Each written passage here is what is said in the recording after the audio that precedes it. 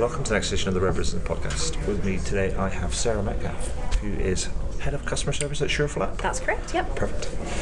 We're at a conference all about employee engagement. There's some good stuff here. There's also some other stuff that we won't talk about. Anyway, so Sarah, for the benefit of our listeners and readers, tell us about you, tell us about the SureFlap, tell us about the work you do.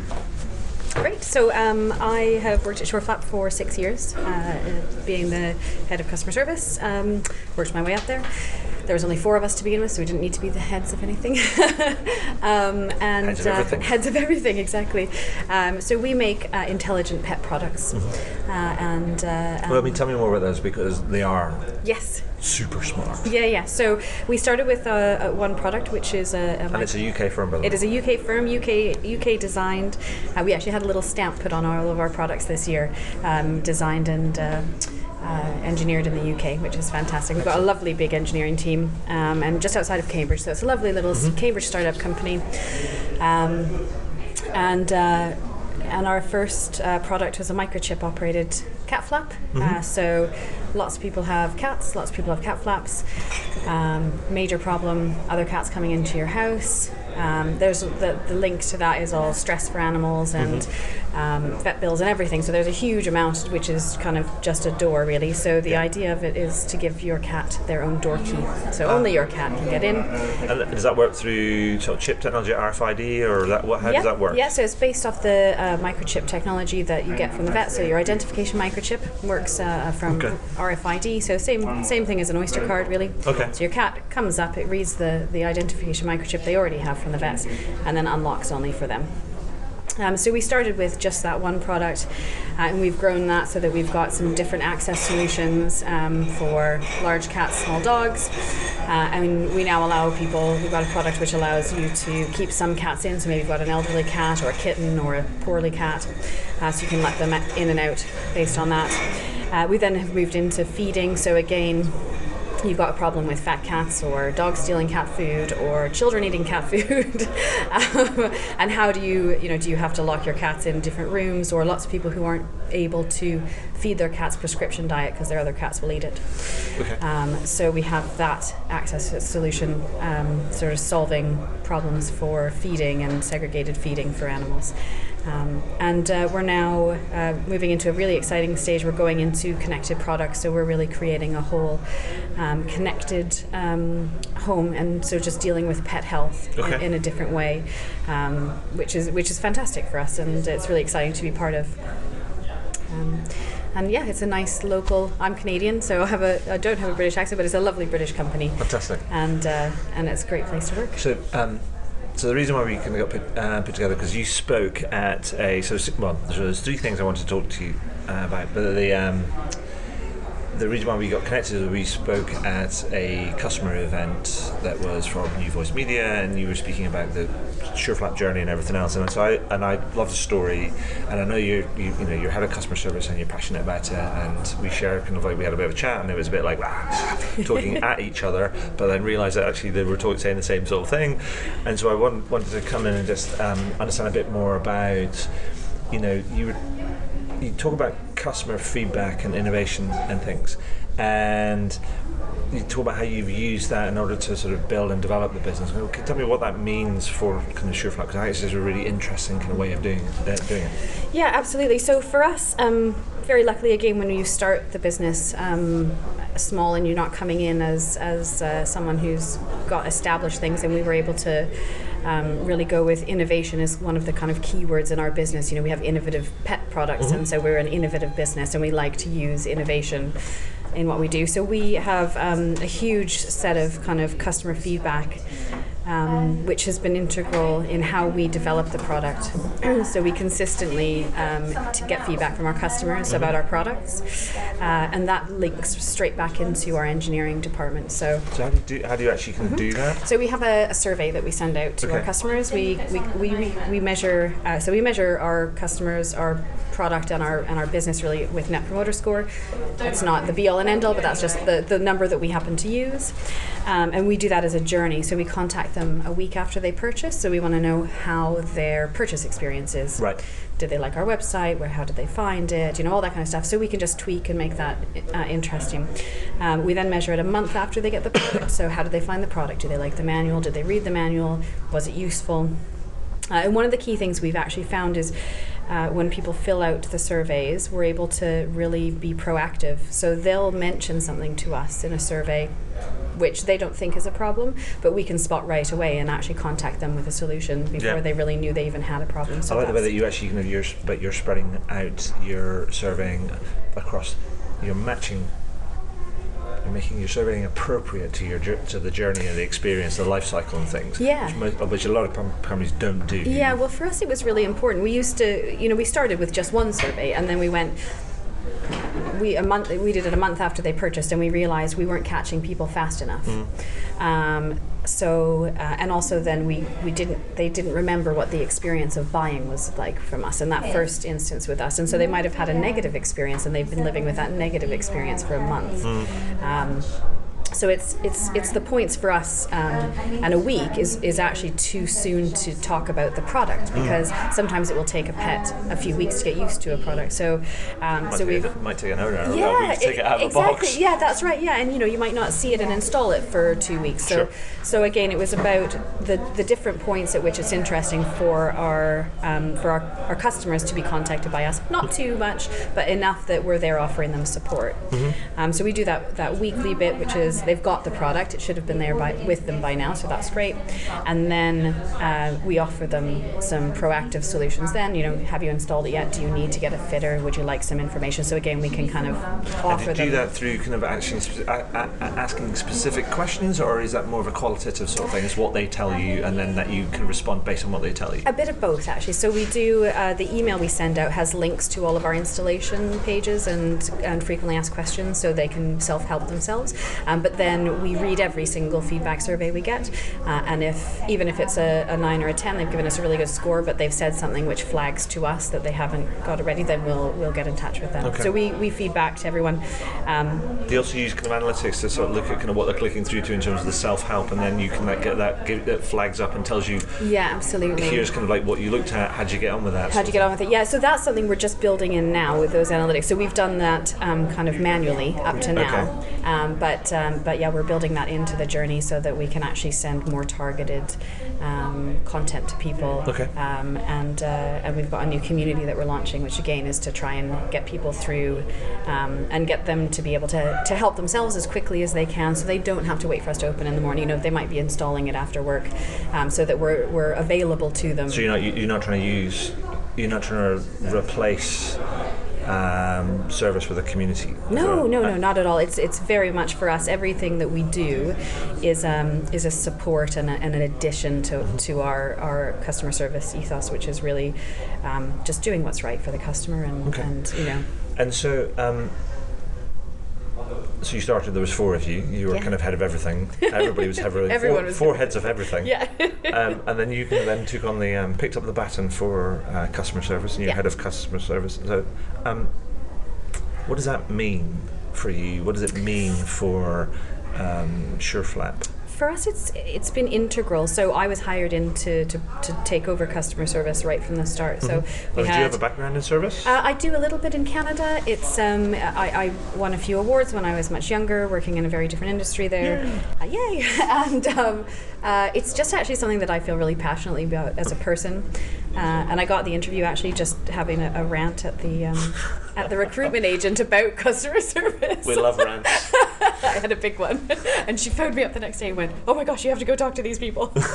And it's been a perfect match. Yeah, I love coming to work every day. But it's we all used to work in I think bigger businesses who maybe had slogans on the wall and stuff like that, but then didn't fulfill what was meant to be. Yeah. So we had a great product. We've always had a great product, and our focus has been that doesn't actually mean anything if you don't back it up with great service. And really, a lot lot of the time, for us especially, because we sell through other businesses as well as to our customers directly, if a customer's got a problem, it's quite often the only time we ever get to interact with them as a business.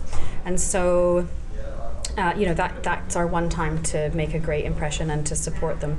And it's a high-end product, it's a high-value product, and we're not interested in taking people's money if they're not happy with the product. Sure. So we actually don't have we got rid of our money-back guarantee, and we have a happiness guarantee. If you're not happy with the product, we'll do what it takes to make you happy. Okay. And very few people want their money back. We have a very low return rate for that.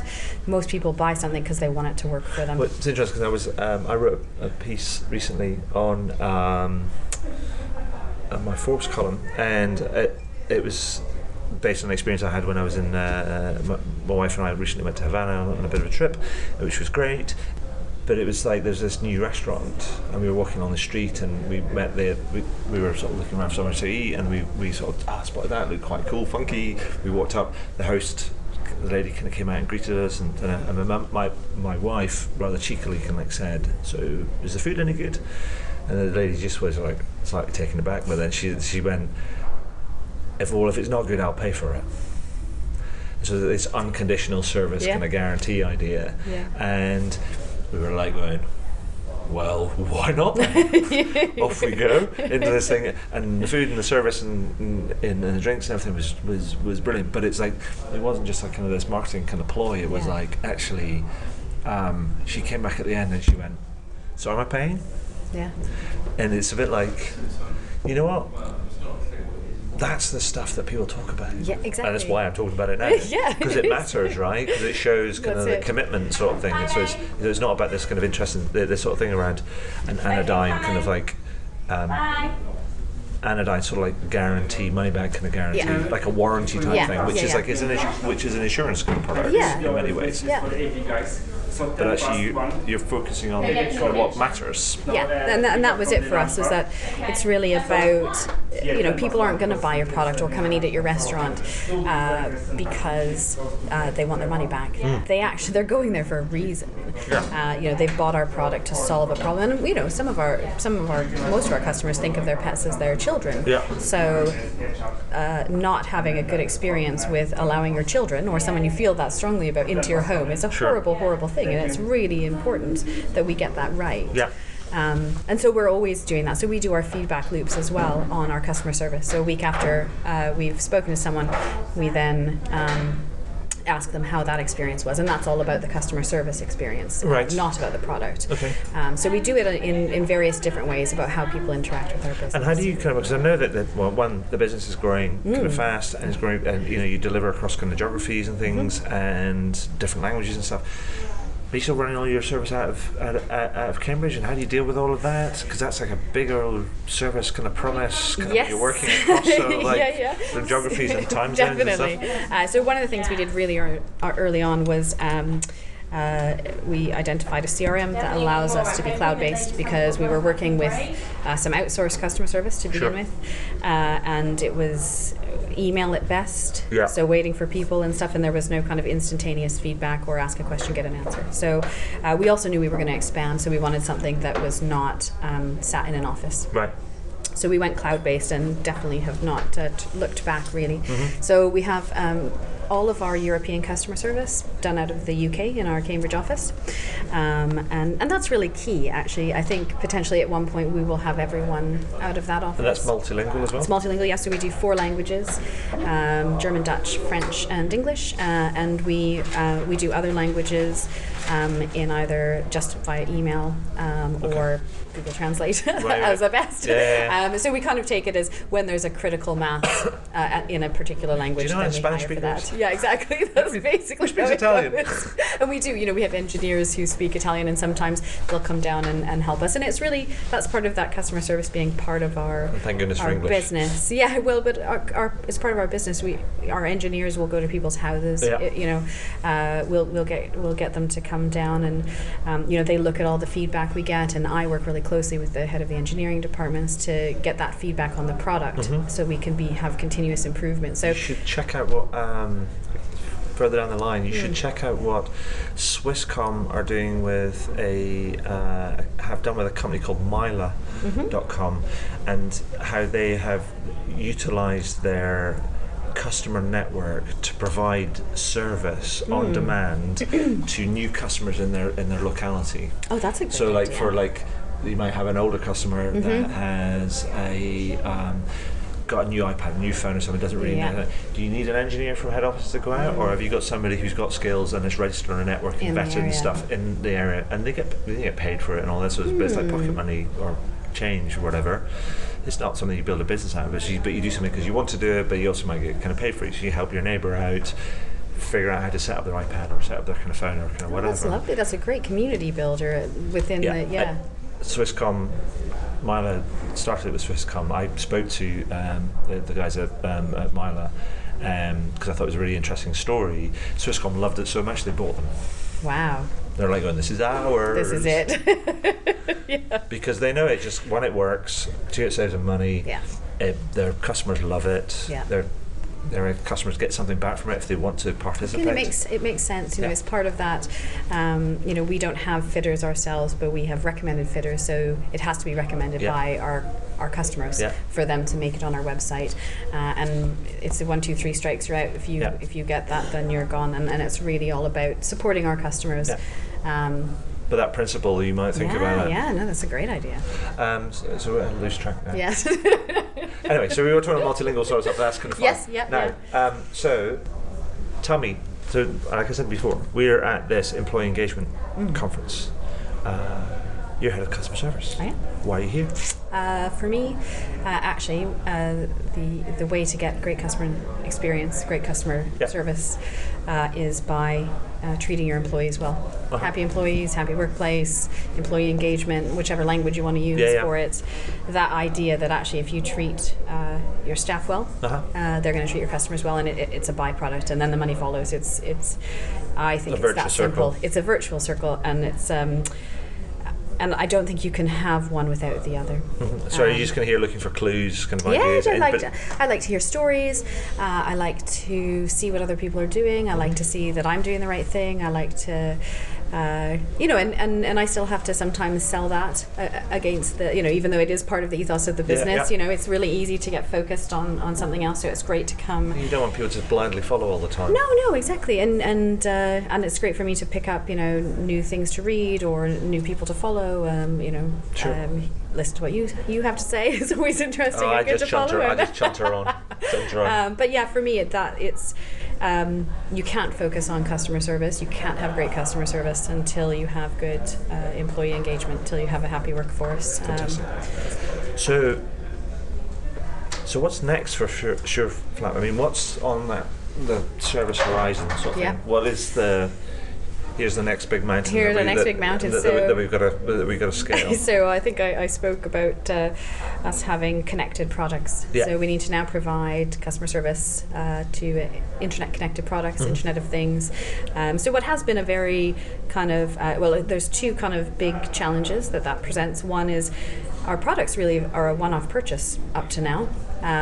And the fact that we provide great service is I think, a testament to our business and how we believe in it. Because it's really easy to say, well, they're just buying it once and we won't see to them for 10 years. Sure. So we have some new kind of ongoing customer relationships which we'll be having. And then we have a whole set of providing support for internet connected products.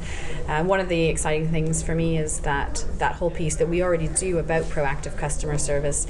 This is the chance to get that just amazingly right, or amazingly wrong, but I'm hoping we're going to get it amazingly right. So, you've got a way to engage with your customer base and with your products, so you can actually tell a customer they had a problem and how you solved it before they even know that's happening. So it's about building that,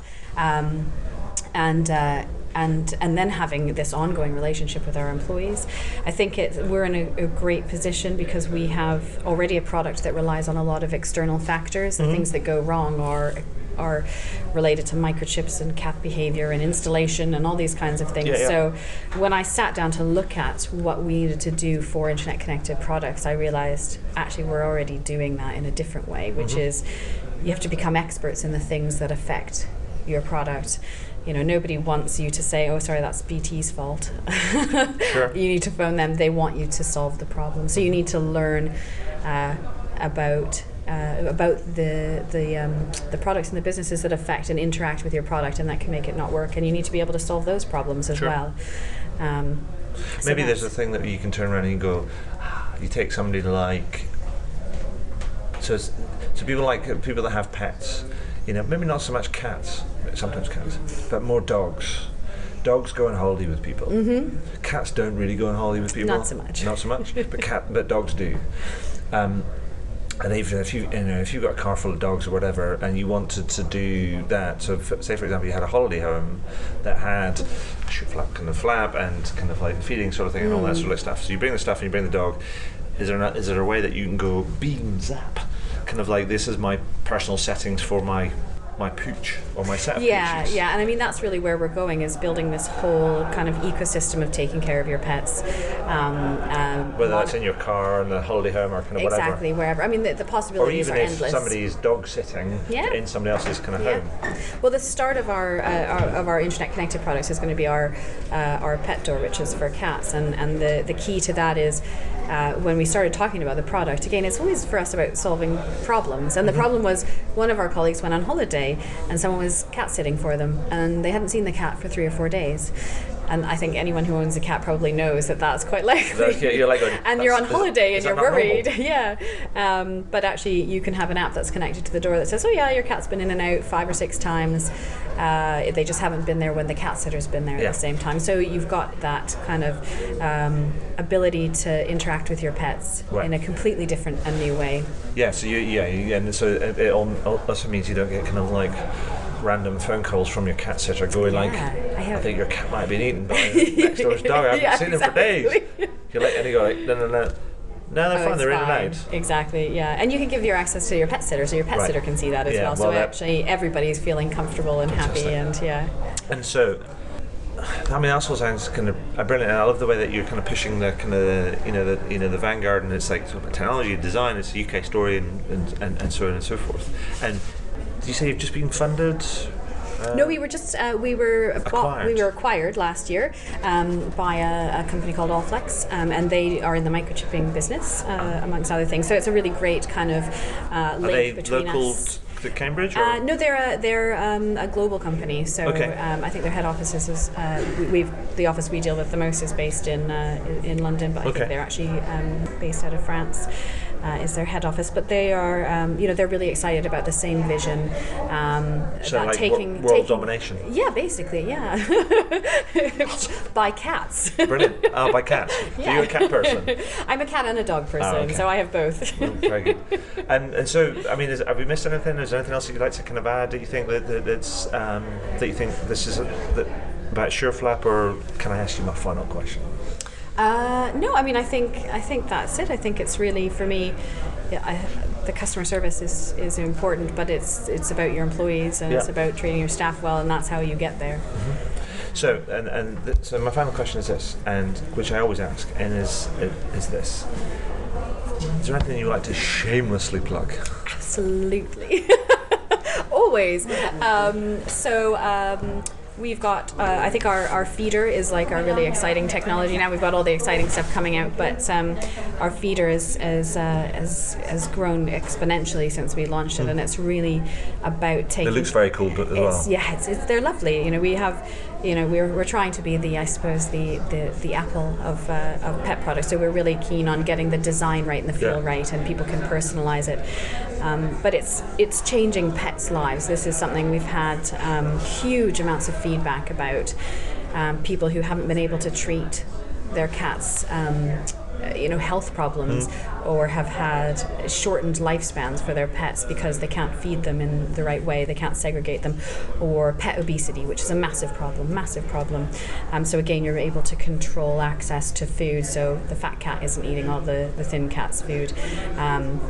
And that's just really exciting. It's really exciting for us as a company to have this kind of, we have great products, we have great service, we really love our company, but actually we're doing amazing things. We've got this lovely purpose of taking care of animals and allowing people to support that in everything that we do, and that kind of drives what we do. So Yeah, people love animals. yeah, and it's, Sort of love animals more than they love people. And yes.